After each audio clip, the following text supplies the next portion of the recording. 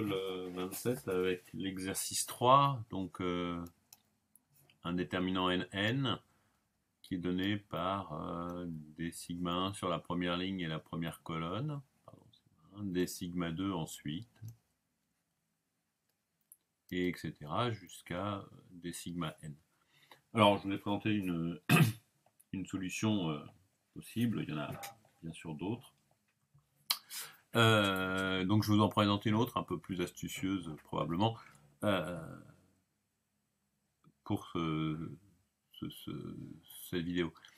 Ce que je voudrais que vous reteniez, c'est que premièrement, il n'y a pas d'unicité de la solution. Deuxièmement, quand vous cherchez, et notamment en colle, puisque ce sera des exercices de colle, commencez par regarder si vous savez faire pour des petites valeurs. Alors ici, n égale 3, c'est peut-être un peu trop petit, peut-être n égale 4.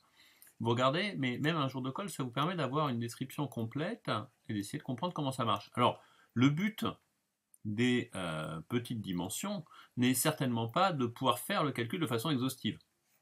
Je développe tout. Alors, ça fonctionne, et on peut le faire, mais c'est un peu en désespoir de cause pour voir si on arrive à calculer quelque chose et trouver. D'accord ? Là, l'idée, c'est vraiment plutôt d'essayer de trouver un système qui va nous permettre d'avoir une simplification du calcul, mais qui va pouvoir se répéter pour toutes, ou du moins pour les autres valeurs de n.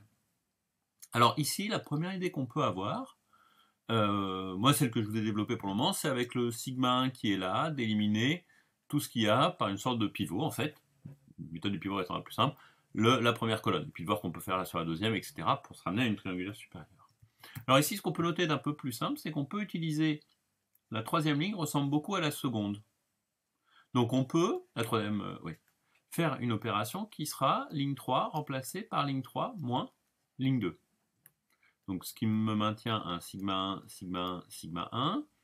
Sigma 1, j'y touche pas. Sigma 2, sigma 2. Et puis en dernière, 0, 0, sigma 3 moins sigma 2. Et on peut refaire la même chose à l'échelon précédent. Et nous éliminer notre deuxième ligne. Et donc je rajoute la ligne 2 remplacée par la ligne 2 moins la ligne 1. Alors attention, ces deux opérations ne commutent pas. C'est pas pareil si je fais d'abord sur la ligne 2 ou d'abord sur la ligne 3. Là, je fais la ligne 2 ensuite.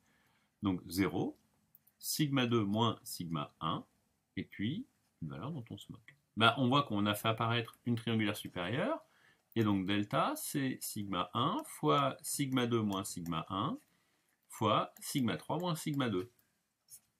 Oh oh. Et là, on se dit qu'on obtient quelque chose, puisque ce qu'on a fait là va être généralisable. Donc, on le vérifie pour n égale 4. Delta 4, donc sigma 1, sigma 1, sigma 1, sigma 1, sigma 1, sigma 2, sigma 2, sigma 2, sigma 1, sigma 2, sigma 3, sigma 3, sigma 1, sigma 2, sigma 3, sigma 4. Je refais les mêmes opérations, alors que je fais en commentant à l'oral, donc avec cette ligne-là, j'élimine celle-ci, donc 0, 0, 0, sigma 4 moins sigma 3.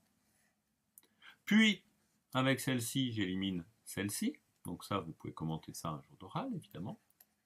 3 moins sigma 2, une valeur qui n'aura pas d'importance. Et enfin, avec la ligne 1, j'élimine la ligne 2, donc 0, sigma 2 moins sigma 1, des valeurs, et puis sigma 1 et d'autres valeurs. Triangulaire supérieur, j'obtiens bien un delta 4 qui est sigma 1, facteur de sigma 2 moins sigma 1 fois sigma 4 moins sigma 3.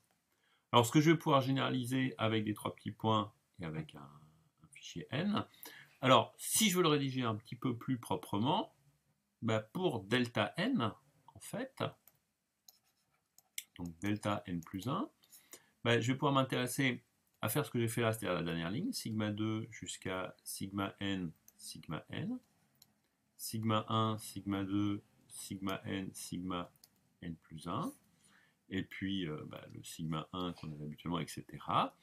Et donc ceci, en refaisant cette même étape, c'est-à-dire la ligne n plus 1 remplacée par la ligne n plus 1 moins la ligne n, j'obtiens que des zéros et puis un sigma n plus 1 moins sigma n. Et ici, je m'aperçois que j'ai exactement ce qui sera, alors là je vais le noter à n, mais dont le déterminant vaudra n-1.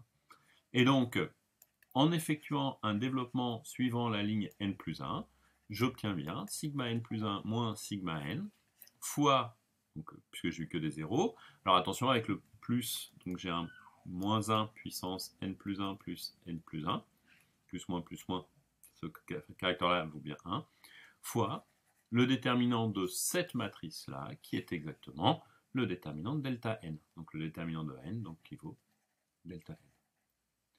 Petite chose ensuite à régler, on s'aperçoit qu'avec la définition qui est donnée des valeurs, qui n'étaient pas finalement des plus importantes ici, ce sigma n plus 1 moins sigma n vaut n plus 1.